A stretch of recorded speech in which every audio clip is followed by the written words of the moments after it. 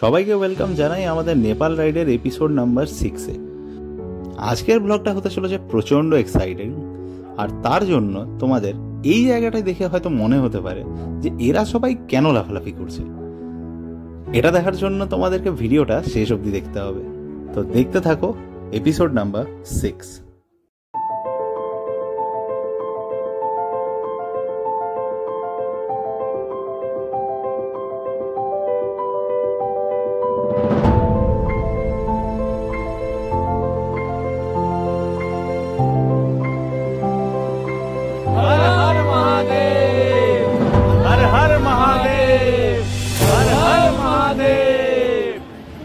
তো সকালবেলা এসে যে অবস্থাটা ফার্স্ট দেখলাম সেটা হচ্ছে এটা, পুরো গাড়ি মানে সারা রাতের কুয়াশায় ভিজে রয়েছে, সিট ফিট এভরিথিং।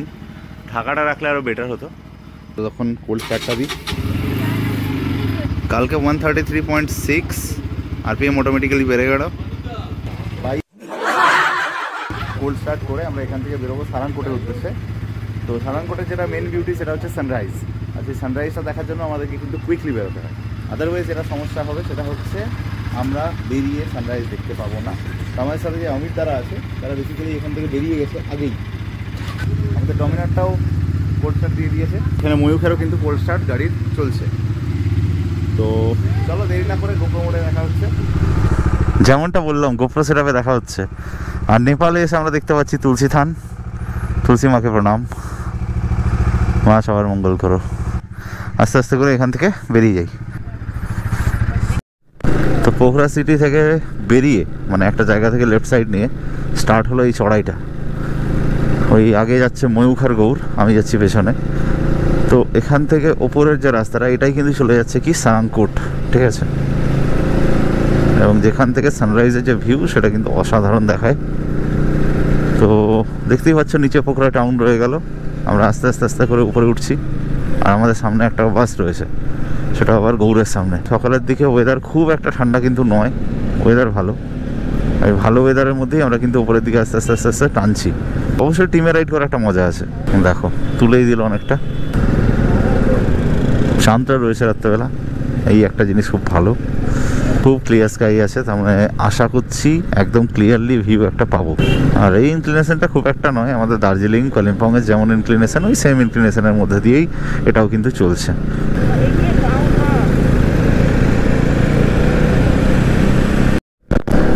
সারাংকোটে উঠছে গাড়ি।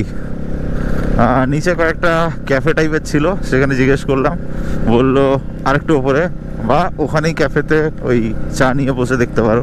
তো যত উপরে যাবে ভিউ তত ভালো আর কি। তো ইটস ইউর চয়েস, ওপরে যেতে পারলে আমরা ভাবলাম চলো ওপরেই যাই। 3টে বাইক আছে আর মোটামুটিভাবে ওপরে যাওয়া সম্ভব, তো তার জন্যই যে আমরা উপরেই দিকেই চললাম। রাইডের ভিডিওটা স্কিপ করে আমি শুধুমাত্র ওপরে গিয়ে সানরাইজের ভিডিওটা দিতে পারতাম, কিন্তু আমি চাই যে তোমরাও সাক্ষী থাকো আমাদের এই সারাংকোট রাইডে পাহাড়ের ওপরে ওঠাটা। তাই দেখতে থাকো। এক জায়গায় জিজ্ঞেস করে আমরা জানতে পারলাম যে সারাংকোটের সানরাইজ পয়েন্ট ওপরে ওপরে।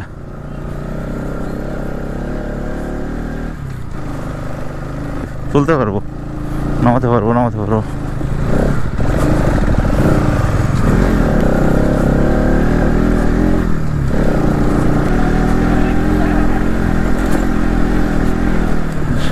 জঙ্গলি রায় পাহাড়ি গাড়ির আওয়াজ শুনে এরম করছে। ভাই ওরম করিস না, ভালুপুর। ও রে বাইরে এখানে কে দেয় এগুলো?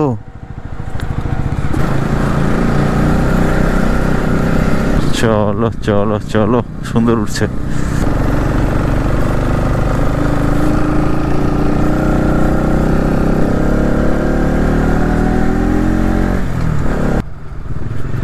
হ্যাঁ আর কিছু এগুলো আর দুটো অ্যাড করে দিতি।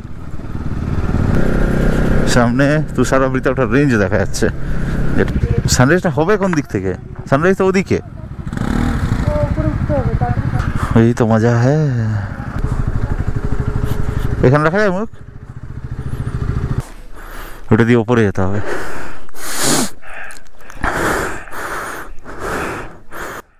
এখনো অনেকটা রাস্তা উপরে যেতে হবে। পেছন দিকটা বেশ এরকম টাইপের দেখাচ্ছে।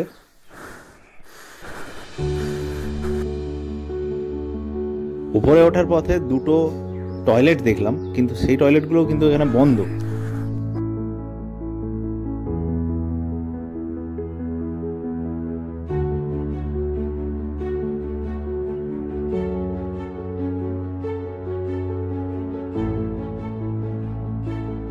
আর ওপরে ওঠার পর যে দৃশ্যটা চোখের সামনে দেখলাম সেটা তো কিছু বলারই নেই। ওপর থেকে পোখরা টাউনটা এত সুন্দর লাগছে যা ভাষায় বর্ণনা করা যাবে। আর তার সাথে এই দিগন্ত বিস্তৃত একটা হরাইজন তোমার চোখের সামনে চলে আসবে।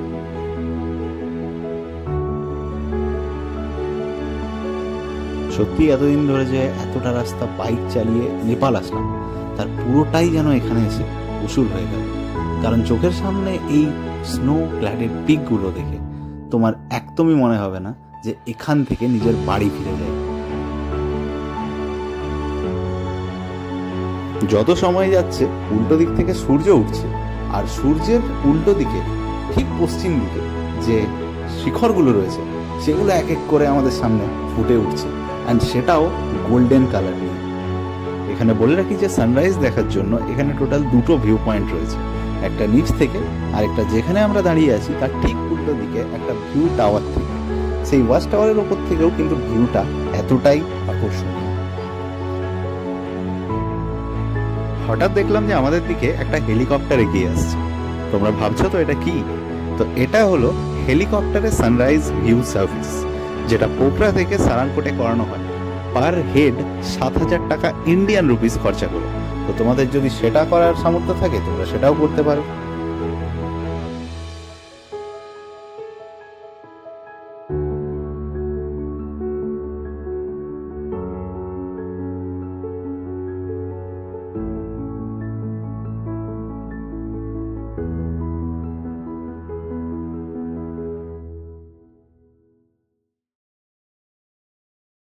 Sarangkoter sunrise view is a must watch for everyone. Pokhara আসছো তাহলে make sure you are coming to Sarangkot and enjoying the sunrise view. তো এই টোটাল ভিউ রয়েছে। পেছনে যদি দেখাই তাহলে অবস্থা কিছুটা এরকম রয়েছে। পেছনে একটা তুষারাবৃত সিংহ, একটা নয় পুরো রেঞ্জ রয়েছে, দেখতে পাচ্ছ? অসাধারণ লাগছে। লাগলো সানরাইজ? সবার আসা উচিত। একদম একদম দারুণ দারুণ।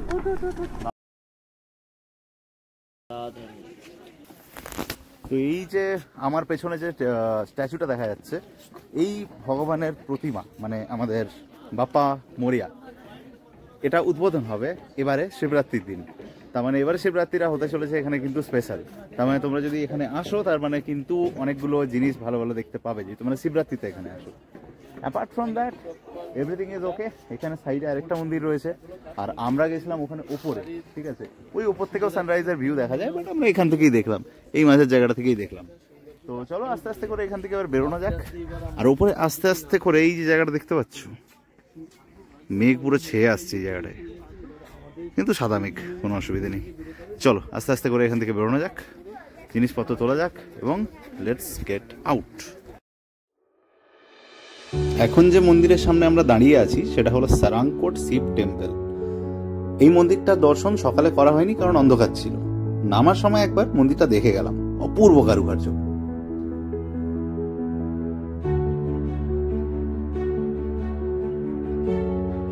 সারাংকোটের নিচ থেকে এক কাট্টা ভিউ।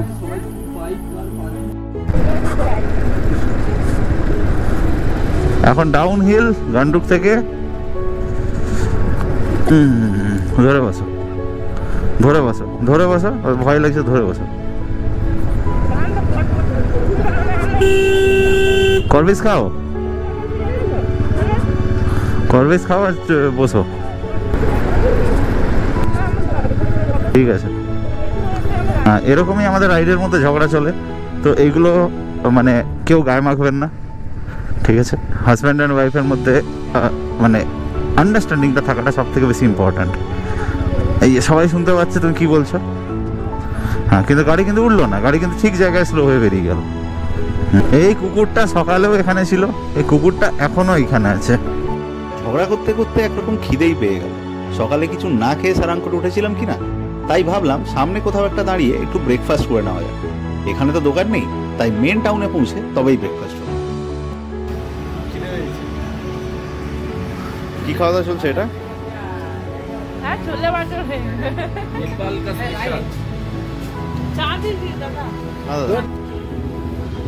এই যে ছোলা বাটোরাটা, এটা আমরা জাস্ট হাইওয়ের পাশে রাস্তার ধারে এখানে এসে খাচ্ছি। ব্রেকফাস্টের দোকান সকালবেলা খুব কম, যেগুলো মিষ্টির দোকান টাইপের সেগুলোতেই অনেক খাবার পাওয়া যাচ্ছে। তো 120 রুপিস হচ্ছে এটার প্রাইস। তো এটা খেয়ে চলো জলদি আমরা বেরোবো। তো পিয়াদি জলের বোতল নিয়ে সব গাড়ির আগের দিকে একটু করে জল দিল, সো দ্যাট যাত্রাটা আমাদের শুভ হয়। সব বাইকগুলো লোড করা হয়েছে, আপাতত সব লোডেড অ্যান্ড রেডি। বেরোনো হবে এই বিউটিফুল স্টে থেকে। হোটেলটার নাম হচ্ছে হোটেল ওয়াইসিস। হোটেলের ব্যবহার খুব বাজে, এই হোটেলে কেউ আসবে না। মানে কি হয়েছিল? এখানে গরম জলের সার্ভিস একদমই দেয় না, আর বলাতে আমাদের উপর চিল্লাচিল্লিও করেছে, ঝগড়াঝাটিও করেছে। তাহলে তো অবশ্যই নট রেকমেন্ডেড। কিছু বলবে? হ্যাঁ, স্টে নিয়ে দেখো, স্টেটা ভালো ছিল, 1000 রুপিসও নিয়েছে। আমি গরম জল করে স্নান করেছি, কিন্তু টাকা দিচ্ছি, টাকাটা দিয়ে ড্রপ করে দাও। আমি পারবো না। টাকাটা দাও। তো ব্যাগ গুছিয়ে আবার আমাদের জার্নি স্টার্ট হয়ে গেছে। এবারের জার্নি আমাদের ডেস্টিনেশন গান্ডরুকের দিকে। তো সকালবেলা 600 মিটার দিয়ে বাঁ দিকে, ঠিক আছে। সকালবেলা আমরা বেরিয়ে পড়লাম আমাদের হোটেল থেকে, এখন বাচ্চা ঘড়িতে 9:30। আর সামনের তো মাউন্টের ভিউ দেখতে দেখতে এগোচ্ছি গান্ডরুকের দিকে। খাওয়া দাওয়া কমপ্লিট, যা সবার দুজনের শরীর মোটামুটি এখনও অবধি সুস্থ।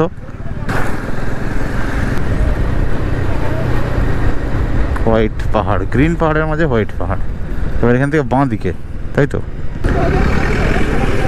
হঠাৎ একটা বড় হাইওয়ে থেকে নেমে এলাম এরকম একটা রোডে, খুব খারাপ, মানে লিটারালি খুব খারাপ। কিন্তু ডান দিকে যে ভিউটা সেটা পুষিয়ে যাচ্ছে, আর বাঁ দিকে অবস্থা কিছুটা এরকম। এখানে ধসপ্রবণ এরিয়া একটা, তো কাজ চলছে দেখতেই পাচ্ছি আমরা। সুপারব, আবার পেলাম একটা ভালো রাস্তা। সেটাই দেখাতে এলাম যে এই পুরো রাস্তা কিন্তু খারাপ মোটেও নয়, ঠিক আছে। কিছুটা রাস্তা খারাপ আছে, ম্যাক্সিমাম 5 থেকে 6 কিলোমিটার মতো হবে।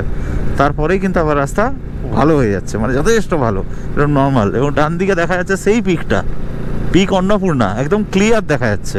আমি জানি না ক্যামেরায় ঠিক কতটা দেখা যাচ্ছে, বাট একদম ক্লিয়ার। এটাই তো।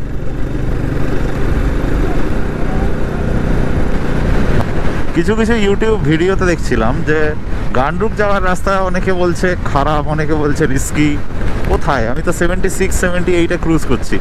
গান্ডরুক যাওয়ার রাস্তা এটা, ঠিক আছে। এটা হচ্ছে Pokhara to Ghandruk, Annapurna base camp, Ghandruk যাওয়ার রাস্তা, ঠিক আছে। তো নেপালের roads they are of top notch quality. শুধু নেপাল ঢোকার সময় যে রোডটা সেটাই শুধু প্রবলেমেটিক, বাকি রোড কিন্তু যথেষ্ট ভালো, খারাপ বলবো না। কোনো অফরোডের কোনো ভয় নেই, কিচ্ছু নেই, যে কোনো সিসি নিয়ে আসতে পারো, কোনো সমস্যা নেই। স্কুটি আছে তো স্কুটি নিয়ে চলে এসো, ঠিক আছে। ভানসার নাও, পারমিট নাও, কোনো অসুবিধা নেই, বেরিয়ে যাও। এখন দেখতে পাচ্ছ একটা ভ্যালির মধ্যে দিয়ে রাইড করছি, দুটো সাইডে পাহাড়ের একদম, মানে পাহাড় লিটারালি চারদিক থেকে ঘিরে রয়েছে, মাঝখানে ভ্যালিটা, ঠিক আছে। এসব বিউটি কোথায় ওয়ান্স অ্যান্ড অনলি নেপালেই আছে, অসাধারণ। ফেরি বলে একটা জায়গা, প্যারাসিটামল খেয়ে মো এখন সুস্থ। হঠাৎ করে সিঙ্গেল লেন আবার মানে 4 লেন থেকে ডাবল লেনে যাচ্ছে রাস্তা, মানে এখানে অবধি ও চওড়া করতে পারেনি এই জায়গাটা থেকে, ঠিক আছে। এনিওয়ে রাস্তা খুব ভালো। রেডি হয়ে গেছে না, লাফাও। উইদাউট মিউজিক ফিকে লাগছে, তাই তো? তাহলে এটা শোনো।